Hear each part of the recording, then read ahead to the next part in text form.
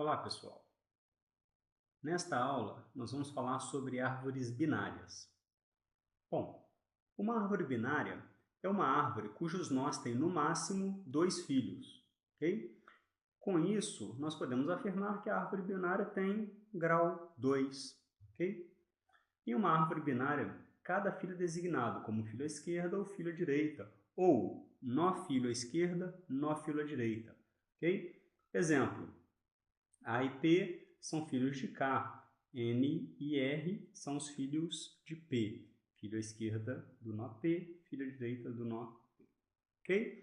Esses daqui são exemplos, então, de árvores binárias. Bom, vamos falar aqui sobre a definição de uma árvore binária, tá? Então, uma árvore binária T é um conjunto finito de elementos denominados nós ou vértices, tal que, se T for vazio, a árvore é dita vazia, ou seja, se eu não tenho nenhum nó, árvore vazia. Ou existe um nó especial R, chamado raiz de T, e os nós restantes podem ser divididos em 2 subconjuntos disjuntos, ok? O T, né, os filhos à esquerda de R e os filhos à direita de R, ok? Que também são árvores binárias, tá? Então, essa é a definição de uma árvore binária. Exemplo aqui de uma árvore binária, você pode ver que o número máximo de filhos de um determinado nó são 2. Aqui o B tem um só, o D tem um só, o G não tem filhos, então nó folha, ok? Você pode ver que o grau máximo aqui é 2. Esse é um exemplo de uma árvore estritamente binária, ok? Em uma árvore estritamente binária, cada nó possui 0 ou 2 filhos. Não existe um nó que possua somente um filho. Por exemplo, eu não poderia colocar um filho aqui para o nó B. Ou é 0 filhos, como está aqui, ou 2 filhos. Ok? Temos também as árvores binárias completas, né? Então, se V é um nó, tal que alguma subárvore de V é vazia, então ele se localiza no último ou maior nível ou no penúltimo nível, ok? Então, eu não poderia, por exemplo, retirar os filhos D e G do B, essa árvore deixaria de ser uma árvore binária completa, ok? A árvore binária é cheia, ok? Se temos alguma subárvore de V vazia, então V se localiza no último ou maior nível da árvore, ok? Ou seja, neste caso, V é um nó folha. Então, para a árvore binária ser uma árvore cheia, eu só posso ter não ter filhos nos elementos que estão no último nível, né, no maior nível da minha árvore. Okay? Bom, em uma árvore binária cheia, o número de nós do nível I é igual a 2 elevado a I. Ok?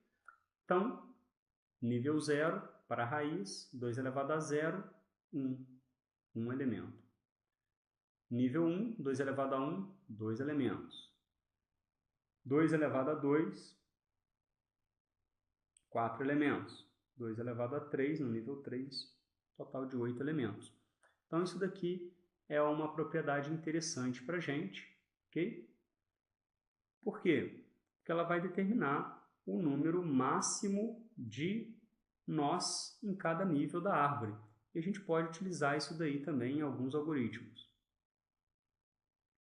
Bom, podemos fazer uma representação de uma árvore como uma matriz, né? Nesse caso, o nó vai possuir informação esquerda e direita, né? E aqui eu tenho o índice, ok? Então, no meu índice 0, meu primeiro elemento aqui, primeira linha da minha matriz, a informação do nó é 13 e à esquerda tem o nó de índice 4 e à direita o nó de índice 2, ok? Bom, então você coloca a raiz logo no início, ok? Logo na primeira posição, na primeira linha, né? O indicador -1, né? indica a inexistência de filho. Então, por exemplo, o nó de índice 3, que possui o valor 12, ele não possui filhos, tá vendo? Menos 1 à esquerda e menos 1 à direita. Bom, essa é uma forma de representar uma árvore como uma matriz. Vou pedir para você parar o vídeo e desenhar essa árvore representada assim. Pare o vídeo agora. Bom, depois de desenhar a árvore, eu pergunto: qual o problema desta implementação? Qual o problema de utilizar uma matriz para representar as suas árvores e os nós, né? Quais são o nó filho à esquerda, o nó filho à direita de cada nó representado? Qual o problema? Pare o vídeo. Bom, você deve ter notado que para fazer manipulações com esses elementos não é muito simples, não é? Por exemplo, para você remover um elemento nesse tipo de representação, né? Eu quero remover uma subárvore. Bom, você vai ter bastante trabalho dentro dessa matriz para fazer isso. Né? Eu quero remover a subárvore à esquerda aqui da minha árvore, né? De um determinado nó. Você vai ter algum trabalho para fazer isso daí. E também alterar, né, posição dos elementos, trocar um nó filho por um filho à esquerda pelo pai ou filho à direita pelo pai, também vai te dar algum trabalho. Né? Não é uma implementação tão simples para você fazer esse tipo de alteração. Além disso, você precisa indicar o tamanho da sua matriz. Né? A matriz ela é estática, então o número de elementos é definido. Você também não vai poder colocar qualquer número de elementos nessa matriz. Bom, existe também a representação encadeada. Né? Então, nesse caso, um nó será constituído por 3 campos, né? Que é o campo de informação, onde você vai colocar o valor desse nó, um ponteiro para um nó filho à esquerda e um ponteiro para um nó filho à direita. Então, o nó possui aqui um valor e um nó à esquerda e um nó à direita. Ok? Aqui nós estamos falando ponteiros. No nosso caso, nós estamos fazendo os nossos algoritmos em C# e vamos representar um nó por um valor e 2 referências aqui, né, ao nó à esquerda e uma referência para o nó à direita. Bom, vamos falar de percurso em árvore binárias. Né? O que é o percurso? Ele corresponde a uma visita sistemática a cada um dos nós da árvore. Okay? Então, esta é uma das operações básicas relativas à manipulação de árvores. Bom, uma árvore é essencialmente uma estrutura não sequencial. Tá? Então, pode ser utilizada em aplicações que demandam um acesso direto. Né? Em qualquer tipo de aplicação, também é imprescindível você conhecer métodos eficientes para percorrer a estrutura. Certo? Exemplo, você quer listar o conteúdo de um arquivo, é necessário você utilizar um algoritmo para percurso. Bom, para percorrer a árvore, você deve então visitar cada um dos seus nós. Né? O que é visitar um nó? Né? É fazer alguma operação com essa informação de cada nó, com a informação de cada nó. Por exemplo, você pode imprimir a informação de cada nó, você pode atualizar para um novo valor, né? E percorrer uma árvore, então, significa visitar os seus nós exatamente uma vez.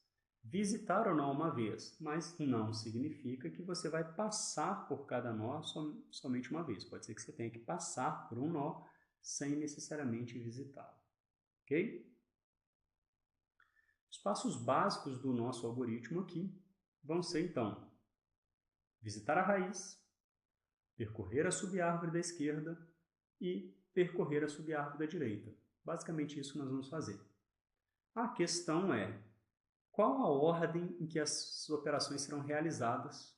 Né? Isso daí, essa ordem, ela vai variar em acordo com o problema. Né? Eu vou primeiro visitar a raiz, para depois percorrer a subárvore da esquerda, para depois percorrer a subárvore da direita? Ou eu vou percorrer a subárvore da esquerda primeiro, depois eu visito a raiz, depois eu percorro a subárvore da direita? Ou eu percorro da esquerda, percorro da direita, visito a raiz por último? Né? Então, o nosso percurso em profundidade, né? O algoritmo dele é basicamente esse daqui. Você vai seguir o tanto quanto possível à esquerda, depois você vai mover para trás, até a primeira encruzilhada, dar um passo à direita e, novamente, seguir o tanto quanto possível para a esquerda. Ok? Você vai repetir esse processo até que todos os nós tenham sido visitados. Então, nosso percurso em profundidade vai envolver 3 tarefas, que é visitar o nó, percorrer a subárvore da esquerda e percorrer a subárvore da direita. Visitar o nó estamos representando por V, percorrer a subárvore da esquerda L, percorrer a subárvore da direita R. Então, nós temos um total de 6 possibilidades, não é? Nós podemos visitar esquerda e direita, ou ir para a esquerda, visitar e ir para a direita, ou ir para a esquerda, ir para a direita e visitar, ou essas 3 outras opções aqui são iguais. Essa daqui, exceto pela mudança, está antes de esquerda. Tá? Então, quando nós visitamos primeiro o nó, para depois ir para a esquerda ou para a direita, é um percurso em pré-ordem. Ok? Quando nós visitamos a esquerda, quando nós vamos para a esquerda, depois visitamos o nó, depois vamos para a direita, é um percurso em ordem simétrica, né? Ou central, ou também conhecido como em ordem. Quando nós vamos para a esquerda, depois para a direita e por último visitamos o nó, é o nosso percurso em pós-ordem. Então, o percurso em pré-ordem, né, ou pré-fixado, ele visita a raiz, percorre a subárvore da esquerda, em pré-ordem. Né? Ao percorrer a subárvore da esquerda, o que ele vai fazer? Visita e percorre. Visita, então já temos ABD, percorrer aqui, não dá para percorrer, então ele vem no G, visita, não tem o que percorrer, volta, não tem o que percorrer, voltou aqui, então nós vamos C, E, H, I e F. Ok? Este é o percurso em pré-ordem. O percurso em ordem, né? Nós vamos percorrer a subárvore da esquerda em ordem, depois visitar a raiz, depois percorrer a da direita. Então, percorre-se a da esquerda, até não ter mais como ir para a esquerda, visita a raiz. Vem para a direita, percorre da esquerda, não tem, visita, direita, voltou, direita que não tem, visita. Porque eu já percorri toda a subárvore da esquerda, agora eu posso visitar o A. Agora eu venho para cá, vou para a esquerda, H, E, I, visito, C, F. Ok? Então este é o percurso em ordem ou central. Temos também o percurso em pós-ordem, onde nós vamos tudo para a esquerda, tudo para a direita e visita depois. Então, tudo para a esquerda, tudo para a direita, visita. Ok? Já fomos para a esquerda e para a direita, visita. Já fomos porque não tem visita. Então, GDB, agora, tudo para a esquerda, H, tudo para a direita, I, E, F, C e A. Ou seja, primeiro você vai para a esquerda, depois você vai para a direita, por último você visita. Ok? Este é o percurso em pós-ordem. Tem também o percurso em extensão ou largura, não é? Neste caso, você vai visitar cada nó, começando do nível mais alto ou do mais baixo. Aqui eu vou dar o exemplo de começando do mais alto para o mais baixo, ok? Então, nós vamos pegar e visitar todos os nós do nível 0, todos os nós do nível 1, todos os nós do nível 2, todos os nós do nível 3, ok? Então, um percurso em extensão aqui seria A, B, C, D, E, F, G, H, I. Ok? Bom, para fazer um percurso em extensão, nós precisamos de uma fila, né? Para implementar esse algoritmo, é interessante usar uma fila. E aí, como que ficaria? A gente entra com o nó raiz na fila, ok? O nó do início da fila depois passa a ser visitado. Quando ele é visitado, ele sai da fila. E aí, para todos os nós visitados, nós vamos adicionar os seus filhos no final da fila. Veja como ficaria esse percurso. Primeiro, nós vamos adicionar o A na fila. Okay?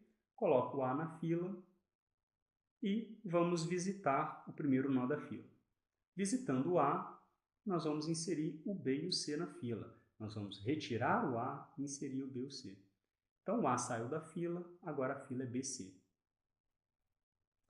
Com a fila BC, eu visito o B e retiro ele e insiro os filhos de B, que é o D. Ok? Agora, o primeiro da fila é o C. Eu visito ele e retiro ele. Então, visito o C, retiro o C e vou adicionar o E e o F na fila. Ok?